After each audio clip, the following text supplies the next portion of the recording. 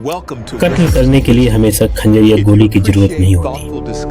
कभी कभी सिर्फ एक अफवाह यानी र्यूमर ही काफ़ी होती है किसी को जिंदा दफनाने के लिए। ज़रा सोचिए कि आप अपनी ज़िंदगी के 20-30 साल लगाते हैं इज्जत कमाने में, लोगों का भरोसा जीतने में, आप खून पसीना एक कर देते हैं और फिर कोई एक इंसान आता है, एक छोटी सी बात फैलाता है और देखते ही देखते आपका सब कुछ राख हो जाता है। वो दोस्त जो आपके साथ थे अब फ़ोन नहीं उठाते, वो लोग जो कल तक आपको सलाम करते थे आज पीठ पीछे हंसते हैं। इंसान वही है, शक्ल वही है, लेकिन दुनिया की नज़रों में अब वो मरा हुआ इंसान है। क्यों? क्योंकि उसने अपनी सबसे कीमती चीज़ खो दी, रेपुटेशन, अपनी साख। Welcome to whispers of wisdom और आज हम पढ़ने जा रहे हैं लॉ नंबर 5 जो है 48 लॉज ऑफ पावर का लॉ नंबर 5। इसमें हम पढ़ेंगे कि कैसे एडिसन ने टेस्ला को बर्बाद करने के लिए अपनी ही रेपुटेशन को खो दिया, कैसे एक बहुत बड़े पेंटर ने एक बहुत बड़ी कंपनी को मात दे दी, कैसे एक सेना नायक जिसके पास 100 सिपाही थे और उसने बिना एक तीर चलाए 1 लाख सैनिकों के सेनापति को हरा दिया। Welcome to you all. नमस्कार दोस्तों और विस्पर्स ऑफ विजडम में आपका स्वागत है। और आज हम रॉबर्ट ग्रीन की किताब द 48 लॉज ऑफ पावर के सबसे खतरनाक नियम लॉ नंबर 5 की बात करेंगे, जो कहता है कि so much depends on reputation, guard it with your life.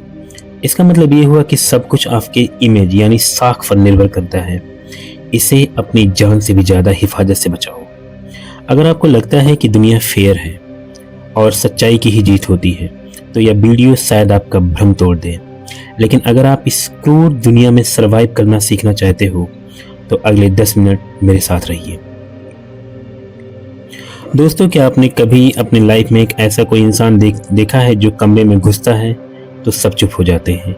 वो चिल्लाता नहीं है, धमकी नहीं देता, बस उसकी मौजूदगी ही काफ़ी होती है। और यही पावर है उसके रेपुटेशन की। इतिहास की एक बहुत ही कमाल की कहानी है जो आपको ये समझाएगी कि रेपुटेशन कैसे एक ब्रह्मास्त्र होता है, कैसे एक ब्रह्मास्त्र जैसा बन जाता है। कहानी चलिए हम चलते हैं चीन की ओर। चीन के एक महान जनरल चूको लियांग एक बार बहुत बुरी मुसीबत में फंस गए। वो एक छोटे से शहर में थे और उनके पास सिर्फ 100 सैनिक बचे थे और सामने से खबर आई कि दुश्मन जनरल सीमा ई अपने 1.5 लाख की फौज लेकर उन्हें मारने आ रहा है। और अब यहाँ कोई भी नॉर्मल इंसान अगर होता तो भाग खड़ा होता या फिर सरेंडर कर देता, क्योंकि 100 के मुकाबले 1.5 लाख कोई चांस ही नहीं है। लेकिन चूको लियांग ने लड़ाई लड़ी ही नहीं, उसने एक साइकोलॉजिकल वार खेली। उसने शहर के सारे दरवाजे खोल दिए, सैनिकों को छुपा दिया और खुद किले की दीवार पर सबसे ऊपर बैठ गए, एक साधु का चोगा पहने, अगरबत्ती जलाई और मज़े से अपनी वीणा बजाने लगे। जब दुश्मन जनरल सीमा ई वहाँ पहुँचा तो वो सन्न रह गया। उसे अपनी आंखों पर यकीन ही नहीं हो रहा था। उसने सोचा कि चूको लियांग दुनिया का सबसे चालाक आदमी, वो कभी बिना प्लान के रिस्क लेता ही नहीं है। अगर वो इतना शांत बैठा है तो पक्का अंदर कोई मौत का जाल बिछा होगा। और हुआ क्या? सीमाई की 1.5 लाख की फौज गेट पर खड़ी थी और चूको लियांग अकेला दीवार पर। लेकिन सीमाई को चूको लियांग की रेपुटेशन से इतना डर था कि उसने हमला करने की हिम्मत ही नहीं की। उसने अपनी सेना को वापस मुड़ने का हुक्म दे दिया, बिना एक तीर चलाए सिर्फ अपनी साख के दम पर चूको लियांग जीत गया। और अब आप इसे अपनी लाइफ से जोड़िए। क्या आपको इंडिया का अडानी हिंडनबर्ग का मामला याद है? जब अडानी हिंडनबर्ग की रिपोर्ट आई तो क्या अडानी के पोर्ट्स जल गए थे? क्या उनके एयरपोर्ट गायब हो गए थे? नहीं, एसेट्स वही थे। लेकिन उस रिपोर्ट ने उनकी रेपुटेशन पर हमला किया, मार्केट में डाउट पैदा कर दिया। नतीजा कुछ ही दिनों में उनके अरबों डॉलर रुपए साफ हो गए। वहीं दूसरी तरफ आप रतन टाटा सर को देखिए। जब टाटा ग्रुप कोई प्रोजेक्ट शुरू करता है तो लोग कॉन्ट्रैक्ट के पन्ने नहीं पढ़ते, वो सिर्फ टाटा का लोगो देखते हैं और पैसा लगा देते हैं। इसे कहते हैं अनअसेलेबल रेपुटेशन, ऐसी साख जिसे कोई भेद ना सके। सीखने वाली बात यह है कि अगर आपकी रेपुटेशन बहुत मजबूत है तो लोग आपसे पंगा लेने से पहले 10 बार सोचेंगे, और अगर आपकी रेपुटेशन कमजोर है तो लोग आपकी सही बात पर भी शक करेंगे। सेगमेंट 2, इस नियम का दूसरा हिस्सा क्या है? साख पर हमला, शोइंग डाउट्स एंड नैरेटिव, मतलब कि डाउट बो देना, नैरेटिव बो देना। होता क्या है, आज की जो दुनिया है दोस्तों, ये बहुत ही जालिम है। अगर आप इज्जत बनाएंगे तो कोई ना कोई उसे तोड़ने जरूर आएगा। तो सवाल यह है कि जब आपकी रेपुटेशन पर कोई हमला करे या जब आपको किसी बहुत ही ताकतवर दुश्मन को हराना हो तो क्या करें? यहाँ हमें 19वीं सदी के सबसे बड़े शोमैन पीटी बार्नम से सीखना चाहिए। बार्नम अपना म्यूजियम शुरू करना चाहते थे, लेकिन उनका कंपटीशन था पेले म्यूजियम से। उनका जो कंपटीशन था वो था पेले म्यूजियम से, जिनकी मार्केटिंग में बहुत इज्जत थी और बार्नम के पास पैसा नहीं था। तो उन्होंने हथियार बनाया बदनामी को, डिफेमेशन को। बार्नम ने अखबारों में गुमनाम खत, एनोनिमस लेटर लिखवाना शुरू किया कि मैंने सुना है कि पेले म्यूजियम वाले कंगाल हो गए हैं, उनका म्यूजियम सेफ नहीं है, वहां जाना खतरनाक है। उन्होंने सिर्फ शक का बीज, सीड ऑफ डाउट बोया और पब्लिक को लगा यार धुआं है तो आग जरूर लगी होगी। पेले की इज्जत मिट्टी में मिल गई और बार्नम ने उनका पूरा बिजनेस खरीद लिया। क्या आपको यह कहानी सुनी सुनी नहीं लग रही है? आज हमारे देश में भी तो यही हो रहा है। इसे आज के ज़माने में कहते हैं नैरेटिव बिल्डिंग्स।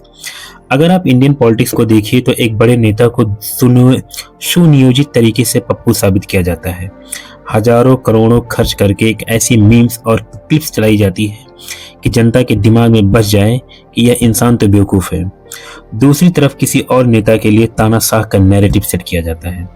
आपके ऑफिस में भी यह होता है। याद कीजिए उस कलीग को या जो बॉस के कान भरता है। वो आपके काम की बुराई नहीं करता, वो बस आपकी नीयत पर शक पैदा करता है।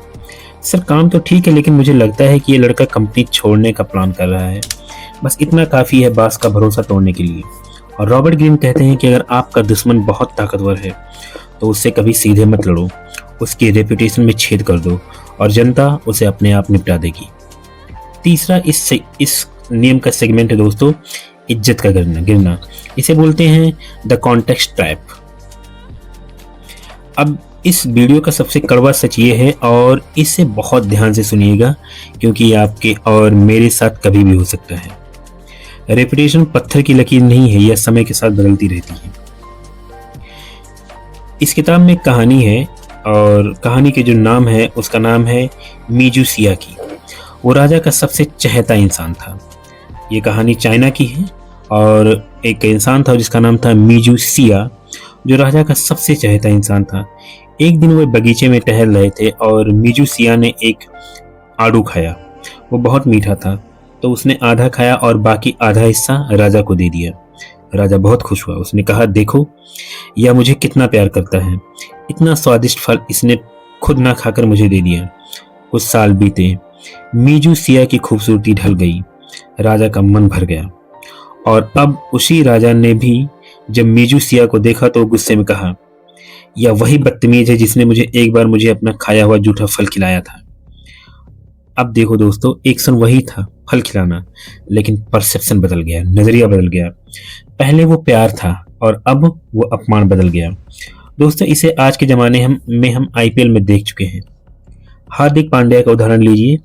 जब तक वो गुजरात टाइटंस को जिता रहे थे तो उनका एटीट्यूड और हंसना लोगों को कॉन्फिडेंस लगता था, लेकिन जैसे ही वो मुंबई इंडियंस के कैप्टन बने और मैच हारने लगे, वही एटीट्यूड लोगों को एरोगेंस लगने लगा। स्टेडियम में वही लोग जो कल तक ताली बजा रहे थे वो करने लगे। आपकी लाइफ में भी ऐसा होगा। जब तक आप सक्सेसफुल हैं आपकी बुरी आदतें भी लोगों को एक एक्सेंट्रिक, अनोखी लगेंगी, लेकिन जिस दिन आप गिरेंगे आपकी अच्छाइयाँ भी लोगों को फेक लगेंगी। इसलिए लॉ नंबर 5 कहता है कि guard it with your life, क्योंकि एक बार जब हवा का रुख बदलता है तो वही समाज जो आपको कंधे पर उठाता है आपको पैर तले रौदने में 1 मिनट नहीं लगाता। इसका कंक्लूजन और एक्शन प्लान क्या है दोस्तों? आज के वीडियो में हम 3 चीज़ें अपनी डायरी में नोट कर सकते हैं। पहला, खुद को डिफाइन करो। लोग आपके बारे में क्या बात करेंगे या आप तय कीजिए। अपनी एक खूबी को इतना बड़ा बना लो कि चाहे वो ईमानदारी हो चाहे परफेक्शन, वो आपकी एक पहचान बन जाए। और दूसरा, हमलों के लिए हमेशा तैयार रहो। जैसे ही आप ऊपर बढ़ेंगे, लोग आपके ऊपर कीचड़ उछालेंगे। पीटी बार्नम की तरह स्मार्ट बनिए, गुस्सा मत करिए, बल्कि हंसकर उन हमलों को एक मजाक में बदल दीजिए। जो इंसान आपकी अपनी बुराई पर हंसता है, उसे कोई बेइज्जत नहीं कर सकता। और तीसरा, समय के साथ बदलो। जो चीज़ कल काम कर रही थी, जरूरी नहीं कि आज भी करे। अपनी इमेज को अपडेट करते रहिए। याद रखिए, पैसा फिर कमाया जा सकता है, नौकरियां फिर मिल सकती हैं, लेकिन रेपुटेशन कांच के बर्तन जैसी है। एक बार टूट गई तो आप टूटने के बाद आप उसे कभी जोड़ नहीं सकते। और अगर आपने कोई किसी तरह जोड़ भी दिया, लेकिन दरारें तो हमेशा दिखेंगी। मुझे कमेंट्स में सच सच बताइएगा कि क्या आपके साथ कभी ऐसा हुआ है कि किसी ने आपकी पीठ पीछे आपकी इमेज खराब करने की कोशिश की हो और आपने उसे कैसे हैंडल किया। मैं हर कमेंट पढ़ूंगा। और अगर आप चाहते हैं कि मैं इस डार्क साइकोलॉजी की सीरीज को जारी रखूं,